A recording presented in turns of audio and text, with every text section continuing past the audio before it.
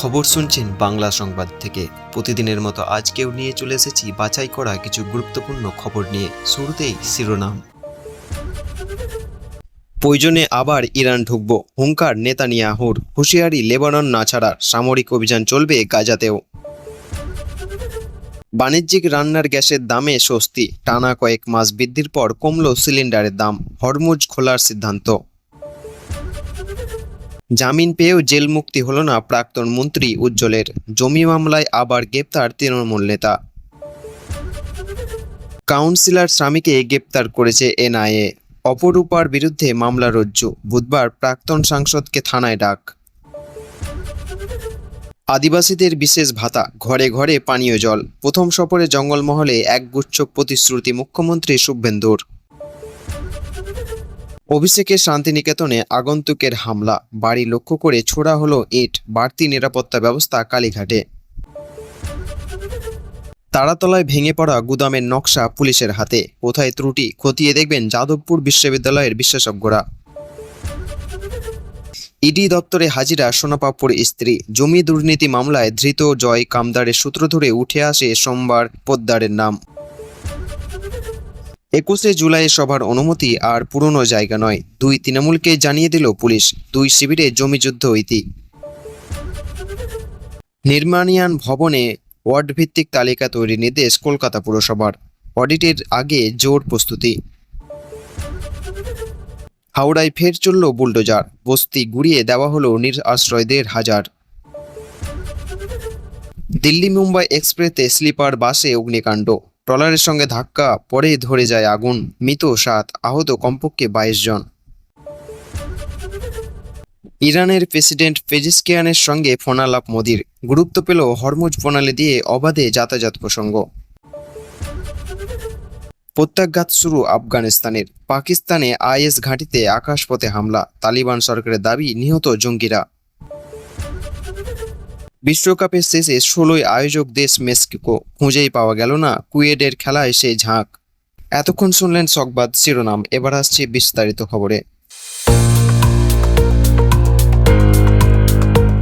দক্ষিণবঙ্গে আপাতত টানা কয়েকদিন বৃষ্টি চলবে। কোথাও কোথাও ভারী বৃষ্টির সতর্কতা জারি করা হয়েছে। আলিপুর আবহাওয়া দপ্তর জানিয়েছে, বুধ এবং বৃহস্পতিবার দক্ষিণবঙ্গের সব জেলাতে বজ্রবিদ্যুৎ সহ বৃষ্টি হতে পারে। সেই সঙ্গে বইবে ঝোড়ো হাওয়া। কোথাও কোথাও হাওয়ার বেগ 40 থেকে 50 কিলোমিটারও হতে পারে। যদিও আগের তুলনায় উত্তরবঙ্গের দুর্যোগ কিছুটা কমতে পারে, তবে ঝড় বৃষ্টি থেকে আপাতত বিরাম নেই। রাজ্যের দক্ষিণ পশ্চিম মৌসুমী বায়ু সক্রিয় রয়েছে।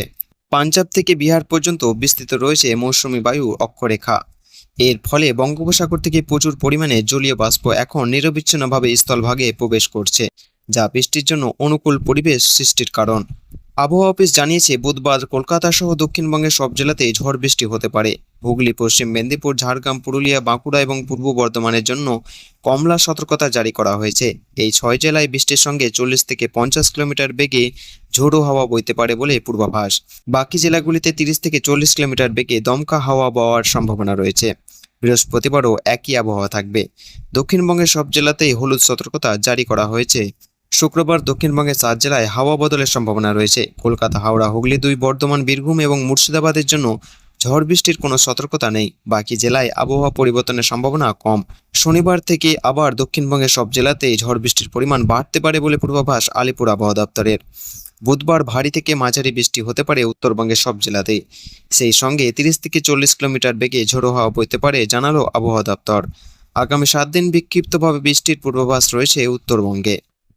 জুলাই মাসের শুরুতে বাণিজ্যিক এলপিজি ব্যবহারকারীদের স্বস্তি দিল তেল বিপণন সংস্থাগুলি। 1 জুলাই বুধবার থেকে কলকাতায় 19 কেজির বাণিজ্যিক এলপিজি সিলিন্ডারের দাম 174 টাকা কমে হয়েছে 3081 টাকা 50 পয়সা। অন্যদিকে সাধারণ গ্রাহকদের ব্যবহারে 14.2 কেজির গৃহস্থলী এলপিজি সিলিন্ডারের দাম অপরিবর্তিত রাখা হয়েছে, যা ছিল 968 টাকা। গত 3 মাসে দুবার রান্না গ্যাসের দাম বৃদ্ধি হয়। গত 7 জুন থেকে কলকাতা সিলিন্ডার পিছু গৃহস্থলী রান্নার গ্যাসের দাম বৃদ্ধি পেয়ে হয়েছিল 968 টাকা, আগে ছিল 939 টাকা। পশ্চিম এশিয়ার সংঘাতে আবহে পেট্রোল ও ডিজেলের মূল্য বৃদ্ধিতে একই ভোগান্তির শিকার হতে হচ্ছিল সাধারণ মানুষকে। গত 1 জুন থেকে কলকাতায় সিলিন্ডার পিছু বাণিজ্যিক গ্যাসের দাম 53 টাকা 50 পয়সা বৃদ্ধি পেয়ে হয় 3255 টাকা 50 পয়সা। এর ঠিক 5 দিনের মাথায় দাম বেড়ে হয়েছিল 14.2 কেজির গৃহস্থলীতে ব্যবহৃত সিলিন্ডারের দাম। বিশেষজ্ঞদের মতে মধ্য এশিয়া যুদ্ধে আবহে আন্তর্জাতিক জ্বালানির বাজারে পেট্রোল পণ্যের দাম বেড়েছে, যে কারণে গত কয়েক মাসে ধাপে ধাপে রান্নার গ্যাসের দাম বেড়েছে। তবে আমেরিকা ও ইরানের মধ্যে শান্তি চুক্তি স্বাক্ষরের পর হরমুজ প্রণালী খুলতেই ধীরে ধীরে জ্বালানির জোগাড় স্বাভাবিক হচ্ছে। তার জেরেই কমানো হলো বাণিজ্যিক সিলিন্ডারের দাম। বিশেষজ্ঞদের একাংশের মতে গৃহস্থলীর সিলিন্ডারের দাম কবে পরিবর্তন হবে তা নির্ভর করবে আন্তর্জাতিক বাজারের গতি প্রকৃতি এবং কেন্দ্রের মূলনীতির উপর।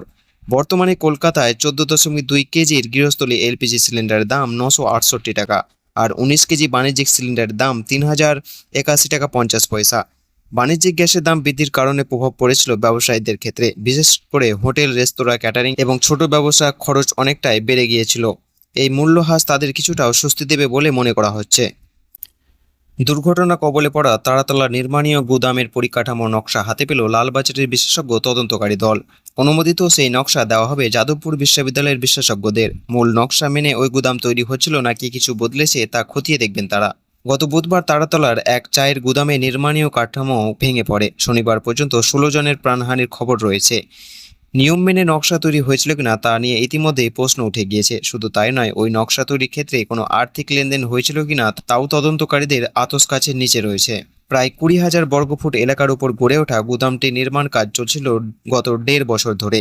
সেই গুদামের নকশা ত্রুটিপূর্ণ কিনা সেটাই ভাবাচ্ছে তদন্তকারীদের। শনিবারই তারাতলা কাণ্ডে তদন্ত শুরু করেছে যাদবপুর বিশ্ববিদ্যালয়ের বিশেষজ্ঞরা। ঘটনাস্থল পরিদর্শনে গিয়েছিলেন বিশ্ববিদ্যালয়ের কনস্ট্রাকশন ইঞ্জিনিয়ারিং এর অধ্যাপক পার্থ প্রমিত বিশ্বাস।